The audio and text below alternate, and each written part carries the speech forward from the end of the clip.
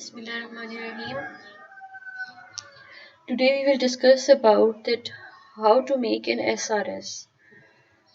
In software engineering, a software requirement specification document is made at the very first stage of software development process. ठीक है, software development की जो first phase होती है वो requirement engineering होती है, that is your requirement gathering. और उसके लिए आप क्या करते हो, एक डॉक्यूमेंट बनाते हो जिसमें अपनी सारी रिक्वायरमेंट्स मेंशन करते हो।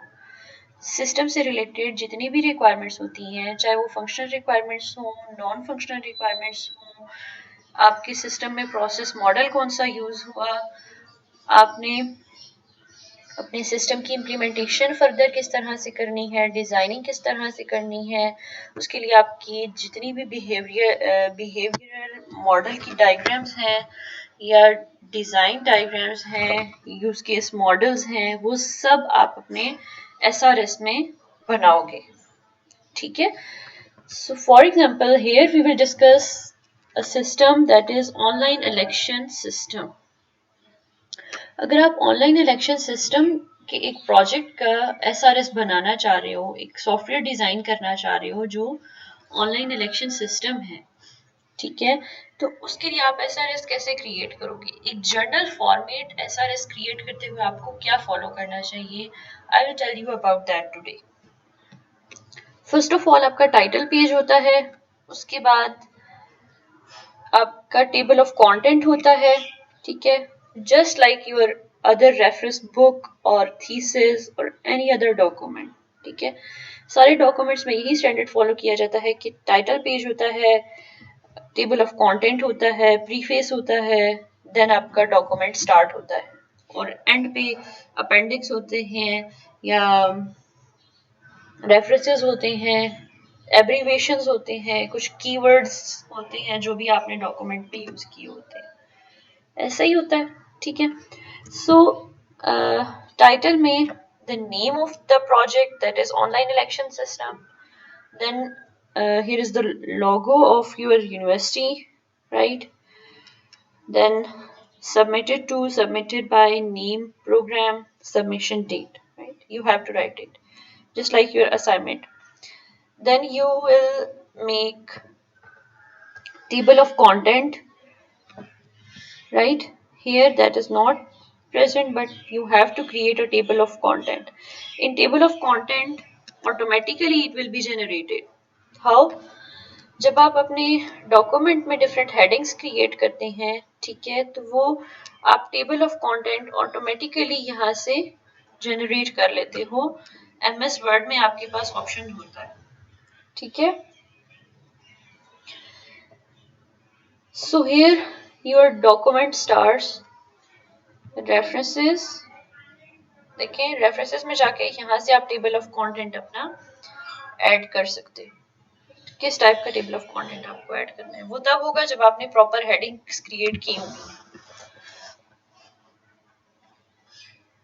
Okay, that is something a part of MS Word, not a part of SRS. Okay, let's start. First of all आपके पास इंट्रोडक्शन आएगा, ठीक है। इंट्रोडक्शन में आपने अपना प्रॉब्लम डिफाइन करना होगा, that will be your problem statement. Actually आप ये सिस्टम, ये सॉफ्टवेयर क्यों डिजाइन करना चाह रहे हो, ठीक है। अगर पहले से कोई सिस्टम मौजूद है, ऑलरेडी बिल्ट कोई सिस्टम है इस टाइप का, तो आप ये क्यों डिजाइन कर रहे हो? Why you need to design this system? What was the problem in the previous already designed system that you want to overcome, that you want to solve in your this project? ठीक है, so first of all introduction में आप लोग अपनी problem define करोगे, that will be your problem statement कि actually ये आप सिस्टम क्यों डिजाइन कर रहे हो। अगर पहले से ऐसा कोई सिस्टम डिजाइन है तो उसमें क्या ऐसा फॉल्ट है कि जिसकी बेस पे आप न्यू सिस्टम डिजाइन कर रहे हो, ठीक है। Then you will write purpose, scope and literature survey of your project.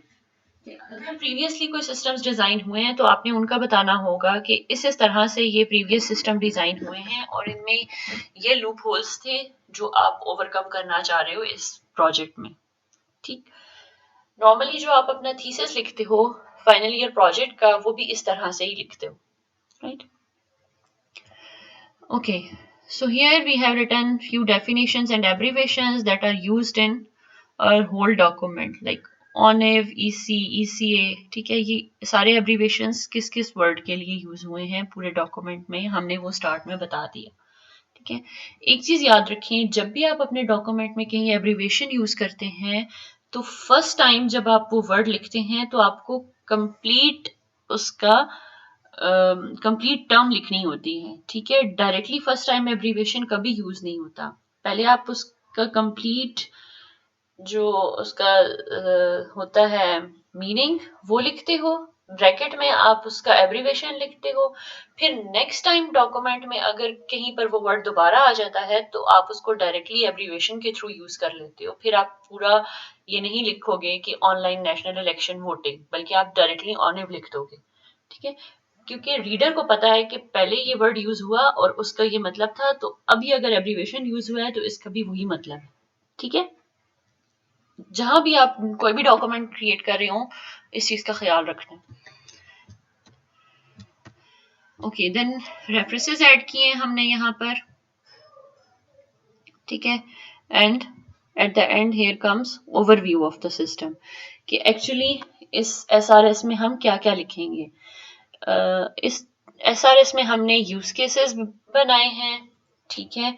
Different use case scenarios दिखाए हैं, एक्टिविटी डायग्राम्स बनाई हैं, डीएफटी, ईआरडी, एसटीडी और बाकी डिफरेंट डायग्राम्स वगैरह बनाई हैं सिस्टम से रिलेटेड, ताकि सिस्टम की फंक्शनैलिटीज का, सिस्टम आपका किस तरह से काम करेगा उसका अच्छे से आइडिया हो सके, ठीक है?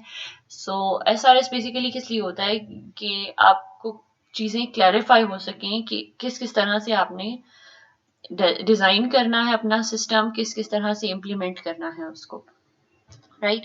तो वो सारी चीज़ें आपको यहाँ मेंशन करना होगी एसआरएस डॉक्यूमेंट में। Okay, so here comes number 2।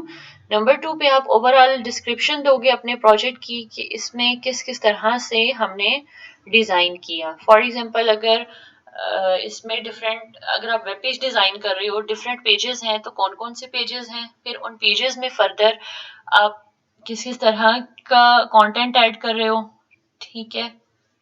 वो सारी चीज़ें आप मेंशन करोगे, कहाँ कहाँ ऐड कर रहे हो, ठीक है? वो सारे मॉड्यूल्स इंटरकनेक्टेड किस तरह से होंगे, आप ये सारी चीज़ें यहाँ डिस्क्राइब करोगे, ठीक है? अब इस ऑनलाइन इलेक्शन सिस्टम के केस में प्रोडक्ट का पर्सपेक्टिव पहले हमने बताया हुआ कि किस तरह से ये काम करेगा, ठीक है? ये सिस्टम नॉर्मली किस तरह से काम करेगा और इलेक्शन वोटिंग डेज में किस तरह से काम करेगा, ठीक है?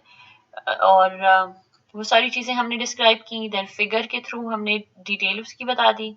आफ्टर दैट प्रोडक्ट फंक्शंस आपने बताने हैं कि एक्चुअली ये प्रोडक्ट किस तरह से काम करेगी, किस सिनेरियो में इसको यूज़ किया जाएगा, ठीक है?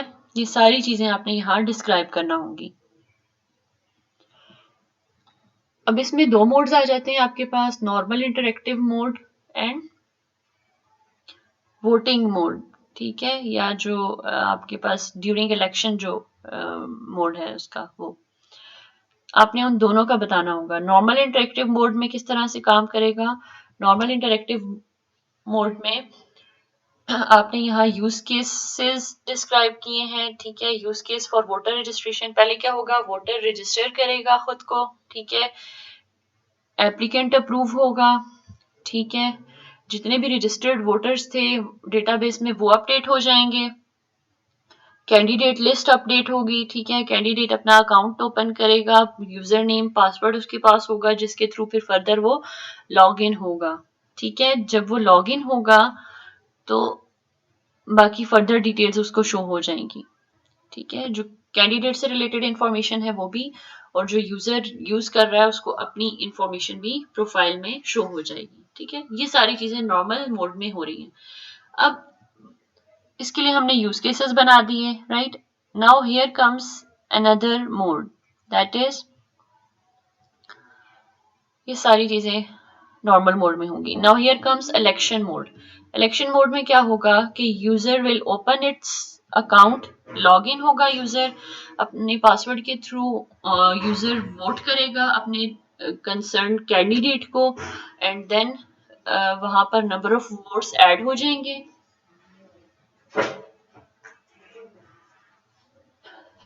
नंबर ऑफ वोट्स ऐड हो जाएंगे उस कैंडिडेट की लिस्ट में, ठीक है, और एज एट द एंड उस कैंडिडेट का रिजल्ट जनरेट हो जाएगा जिसमें नंबर ऑफ वोट्स शो हो जाएंगे कि टोटल उस कैंडिडेट के इतने वोट्स हुए हैं और इधर द कैंडिडेट विंस और नॉट, ठीक है। Now here we have described the constraints, assumptions and dependencies of our system. कि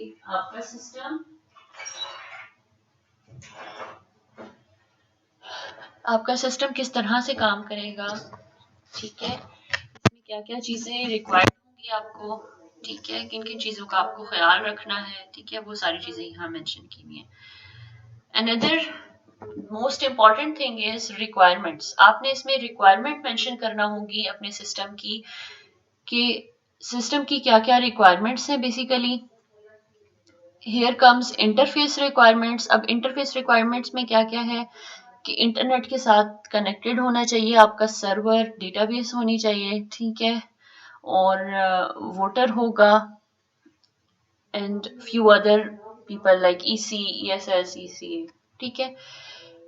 यूजर इंटरफेस आ जाती है, हार्डवेयर इंटरफेस, सॉफ्टवेयर इंटरफेस, ठीक है। बेसिकली आपने रिक्वायरमेंट्स डिफाइन करनी है अपने सिस्टम की, हर एंगल से जो भी रिक्वायरमेंट है सिस्टम की वो आपने यहाँ डिफाइन करनी होगी। अब इंटरफेस रिक्वायरमेंट्स में क्या क्या आ जाता है, एक यूजर इंटरफेस आ जाती है, ठीक है, यूजर्स कौन कौन से होंगे, वो किस तरह से आपके सिस्टम को एक्सेस करेंगे।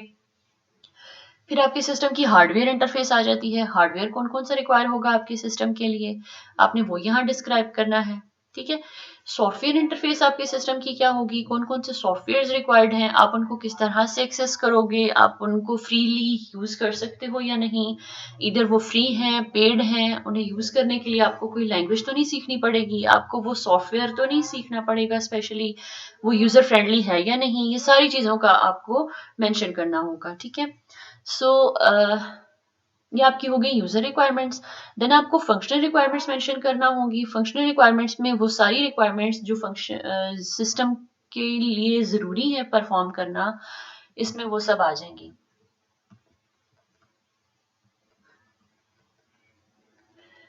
The next is functional requirements. Functional requirements में वो सारी रिक्वायरमेंट्स जो फंक्शन की फंक्शनैलिटी जो आपके सिस्टम की फंक्शनैलिटी के लिए मोस्ट इम्पॉर्टेंट हैं, वो आपने मेंशन करनी है। ऐसी रिक्वायरमेंट्स जिनके बगैर सिस्टम वर्कआउट नहीं करता, ठीक है। जैसे वोटर ने मस्ट रजिस्टर होना है, ठीक है, ये उस सिस्टम की फंक्शनल रिक्वायरमेंट है।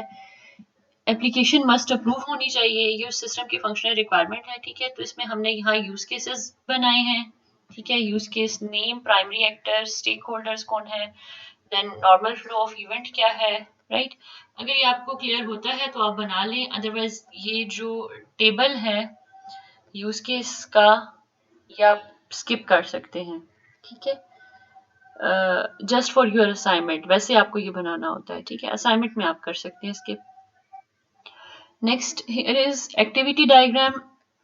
आपने ये बनानी है, इसमें बेसिकली फ्लो ऑफ इवेंट्स का बताया जा रहा है कि किस तरह से स्टेप बाय स्टेप आपके सारे फंक्शंस परफॉर्म होंगे पर्टिकुलर मॉड्यूल के लिए, ठीक है।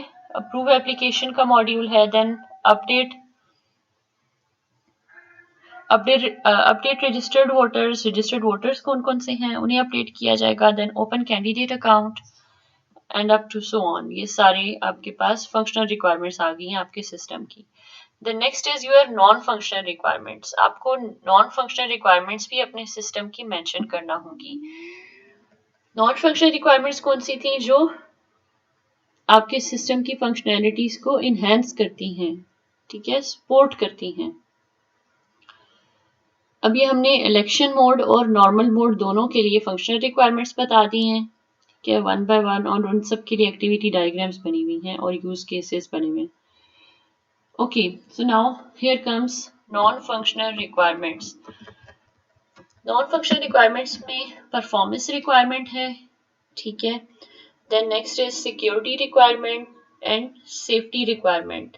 Then here comes reliability. ठीक है, तो ये सारी नॉन फंक्शनल रिक्वायरमेंट्स आपने मेंशन करनी है कि आपका सिस्टम इन केस में किस तरह से वर्कआउट करेगा। ठीक है, और इसके अलावा अगर कोई नॉन फंक्शनल रिक्वायरमेंट्स हैं तो आपने वो भी बतानी होंगी। ओके, नंबर 4 इज आपने ये मेन हेडिंग्स याद रखनी है और इनके अंदर फर्दर डिस्क्रिप्शन और ये जो मोड्स की चीजें हैं, डिफरेंट कंटेंट है, ये आपका प्रोजेक्ट टू प्रोजेक्ट डिफर करेगा। ठीक है, कम भी हो सकता है, ज्यादा भी हो सकता है, और डिफरेंट होगा हर प्रोजेक्ट का। Okay, number 4 is data model and description. Data objects, आपके डिफरेंट ऑब्जेक्ट्स कौन से होंगे आपके सिस्टम में, आपने वो डिस्क्राइब करने होंगे। ठीक है, जैसे फॉर एग्जांपल लॉगिन है, लॉगिन के लिए क्या क्या रिक्वायर है, यूजर आईडी और पासवर्ड रिक्वायर है ऑब्वियसली। अब यूजर लिस्ट क्या में क्या क्या है, जितने यूजर्स हैं आपने वो लिख देने हैं कि कितने number of users total, right. The next is, अब यूजर से रिलेटेड कितनी क्या क्या इंफॉर्मेशन चाहिए आपको, यूजर का name, user address, user voting centre ID, age, sex, user ID, password. ठीक है, देन कैंडिडेट वोट्स के लिए आपको क्या क्या ऑब्जेक्ट्स क्रिएट करने हैं, ये ऑब्जेक्ट ओरिएंटेड प्रोग्रामिंग वाला ऑब्जेक्ट क्लास है। ठीक है, क्या क्या ऑब्जेक्ट्स क्रिएट करने पड़ेंगे, देन उन ऑब्जेक्ट्स के क्या क्या एट्रीब्यूट्स हैं आगे वो शो किए हुए हैं। ठीक है, देन कैंडिडेट वोट के ऑब्जेक्ट के लिए क्या क्या इसके एट्रीब्यूट होंगे, अर्न वोट्स का, टोटल वोट्स, परसेंटेज, रैंक।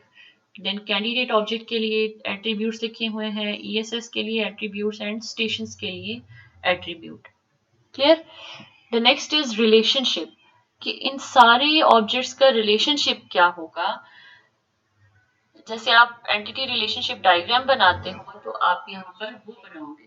ठीक है, अब ये आपने डेटा मॉडल डिजाइन किया कंप्लीटली। जरूरी नहीं है कि आप सारी डायग्राम्स बनाओ, ठीक है, लेकिन maximum diagrams, at least data flow diagram, state transition diagram, activity diagram और एंटिटी रिलेशनशिप डायग्राम, ईआरडी, ये सारी डायग्राम्स आपने मस्ट बनानी है। कोशिश करें क्लास डायग्राम भी बनाएं। ठीक है, और use case diagram at least one use case must होगा आपके असाइनमेंट में। This one is your data model. Okay, the next is data dictionary. Data dictionary हमें डिटेल्स बता रही है ये टेबल कि इसमें किस किस तरह से आपका डेटा ऑर्गेनाइज है, क्या कौन कौन से यूजर्स हैं, कौन कौन सी एंटिटीज हैं और उनके लिए कितने नंबर ऑफ कैरेक्टर्स रिक्वायर हैं। ठीक है, वो सारी चीजें आप ये बेशक ना लिखें class data dictionary. Okay, next is behaviour model and description. इसमें नेक्स्ट आपको एसटीडी, ईआरडी, डीएफटी, ये तीनों डायग्राम्स बनानी होंगी। ये हर स्टूडेंट ने मस्ट बनानी है अपने सिस्टम की। ठीक है, तीनों diagrams, state transition diagram, entity relationship diagram and data flow diagram. ERD तो आपने डेटाबेस के सब्जेक्ट में भी पढ़ी होगी। ठीक है, okay, so number 6 is process model. Process model क्या होता है कि आपने अपना सिस्टम डिजाइन करने के लिए जो लाइफ साइकिल मॉडल की अप्रोच यूज की है आपने वो यहाँ मेंशन करना होगा। जैसे अब इस सिस्टम के लिए वाटरफॉल मॉडल यूज हुआ है तो यहाँ मैंने यहाँ पर वाटरफॉल मॉडल यूज हुआ है, इसलिए यहाँ पर वाटरफॉल मॉडल का बताया हुआ है कि हमने प्रोसेस मॉडल में वाटरफॉल मॉडल यूज किया और क्यों यूज किया, इस सिस्टम के लिए वो बेस्ट था इसलिए हमने वाटरफॉल मॉडल अप्रोच यूज की है। ठीक है, तो आपने अपने हर स्टूडेंट ने अपने प्रोजेक्ट में प्रोसेस मॉडल का मस्ट बताना है कि कौन सा प्रोसेस मॉडल यूज हुआ है आपके सिस्टम के लिए, देन उस प्रोसेस मॉडल की फिगर। ठीक है, सेकेंडली आपने अपने सिस्टम की प्रॉब्लम स्टेटमेंट मस्ट लिखनी है स्टार्ट में, इंट्रोडक्शन में, कि आप ये सिस्टम क्यों डिजाइन कर रहे हो, क्या प्रॉब्लम था बेसिकली, अगर पहले से कोई सिस्टम मौजूद था तो उसमें क्या ऐसा लूप होल था जिसको आप ओवरकम करना चाह रहे हो। ठीक है, नंबर 3 आपने अपने सिस्टम की functional requirements and non functional requirements must लिखनी है, राइट। नंबर 4 आपने अपने सिस्टम की जो यूज केस डायग्राम्स हैं, data flow diagram, state transition diagram, entity relationship diagram, ये डायग्राम्स मस्ट बनानी है। एक्टिविटी डायग्राम, ठीक है, एटलीस्ट वन आपने मस्ट बनानी है। यहाँ इस SRS में तो मल्टीपल बनी हुई हैं क्योंकि ये सिस्टम इस टाइप का था, और आपके सिस्टम में भी मल्टीपल ही होंगी मोस्टली सिनेरियोज में, ठीक है। लेकिन अगर आप एक एक भी बना देते हैं तो मुझे आपका कॉन्सेप्ट क्लियर हो जाएगा, मुझे ये चीज क्लियर हो जाएगी कि आपको कॉन्सेप्ट क्लियर है इन चीजों का, ठीक है। ये आपके लिए बहुत अच्छा है कि आप लोग ये असाइनमेंट अगर अच्छे से करें। क्यों? क्योंकि ये चीज आपको आपके थीसिस में हेल्प आउट करेगी, ठीक है। डॉक्यूमेंट किस तरह से क्रिएट करना है, किन की चीजों का ख्याल रखना है, फॉर्मेटिंग का, वो तो आपको ऑलरेडी पता है, ठीक है। फॉर्मेट सबका ठीक होना चाहिए। और व्हाट्स अनदर, एंड पे कंक्लूजन आ जाता है आपका, ठीक है। कंक्लूजन में आपने जस्ट कंक्लूड कर देना होगा कि बेसिकली ये क्या सिस्टम था और हमने इसमें क्या बताया, ठीक है। So I am concluding the whole video that software requirement specification document आपने इस तरह से क्रिएट करना है जैसे अभी मैंने आपको एक्सप्लेन किया, ठीक है। इसमें क्या क्या चीजें होनी चाहिए, इंट्रोडक्शन होगा, functional non functional interface requirements होंगी, फंक्शन नॉन फंक्शनल रिक्वायरमेंट सारी मस्ट लिखनी है आपने, ठीक है। इसके अलावा आपके सिस्टम आप डिजाइन कैसे करोगे, ठीक है, वो सारी चीजें आपने लिखनी है। फिर आपके सिस्टम का जो प्रीवियस सिस्टम का लूप होल था, जो भी ड्रॉबैक था, आपकी जो प्रॉब्लम स्टेटमेंट जिसे हम कहते हैं, प्रॉब्लम स्टेटमेंट मस्ट लिखनी है आपने स्टार्ट में, ठीक है। You will right problem statement, you have to write functional requirements, you have to write non-functional requirements, you have to draw the respective figures like DFT, ERD, STT, activity diagram, use case diagram, class diagram, right, ठीक है। और थोड़ा आपने अपने system को भी explain करना होगा। और नंबर 3 इज कि आपने अपना प्रोसेस मॉडल का बताना होगा कि कौन से मॉडल को आपने इस सिस्टम के लिए यूज किया, और एंड पे कंक्लूजन आ जाएगा आपका, ठीक है। इसमें बिल्कुल डिफिकल्ट नहीं है ये, ठीक है। जस्ट प्रोजेक्ट तो आपने ऑलरेडी सेलेक्ट किया हुआ है, आपको जस्ट फिगर्स बनानी है, डायग्राम्स बनानी है और डिस्क्रिप्शन लिखनी है, रिक्वायरमेंट्स लिखनी है, प्रॉब्लम स्टेटमेंट लिखनी है, फंक्शनल नॉन फंक्शनल रिक्वायरमेंट्स दोनों लिखनी है, प्रोजेक्ट की थोड़ी सी एक्सप्लेनेशन लिखनी है, सारी डायग्राम्स बनानी है, उन डायग्राम से डायग्राम सिस्टम के साथ लिंक आउट करती हूँ, ठीक है। डायग्राम सिस्टम के साथ मस्ट लिंक अप हो, ये नहीं कि खुद से कुछ लिख दिया डायग्राम में और डिस्क्रिप्शन में कुछ और लिखा हो, ऐसे नहीं करना है, ठीक है। डायग्राम्स लिख के, सॉरी डायग्राम्स बना के देन आपने एट द एंड कंक्लूड कर देना है अपनी होल डॉक्यूमेंट को, और प्रोसेस मॉडल का बता देना है कि कौन सी अप्रोच यूज की है, कौन सा software development life cycle model use किया है हमने इस software development, right. I hope you get it and do it in time, okay, and don't create any kind of chaos in it.